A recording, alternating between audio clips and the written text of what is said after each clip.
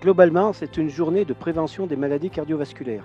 Le thème aujourd'hui en sera le diabète, parce que le diabète est une des causes principales et importantes d'une maladie cardiovasculaire. C'est une des causes principales, une des causes importantes des maladies cardiovasculaires.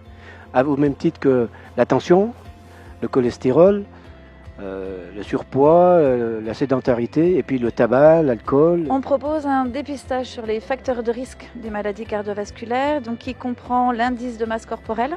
Donc on pèse et on mesure. Ensuite, on va contrôler la tension artérielle, la fréquence cardiaque et ensuite le taux d'oxygène dans le sang, donc la saturation. Et après, avec un petit prélèvement d'une goutte de sang au bout du doigt, on va faire la glycémie. Et ensuite, tout ce qui est cholestérol, mais le cholestérol total, HDL, LDL et les triglycérides. C'est pour vraiment informer et sensibiliser donc, un bon grand nombre de publics, de personnes, pour vraiment leur faire comprendre de l'importance déjà du suivi médical, parce que malheureusement, ces facteurs de risque, complétés par en plus une mauvaise alimentation, tout ce qui est alcool, tabac, donc sédentarité, eh bien, ce sont des facteurs de risque qui peuvent arriver de façon donc, indolore et surtout invisible aussi. Dans le diabète, il y a un facteur d'influence, c'est la régulation de la glycémie.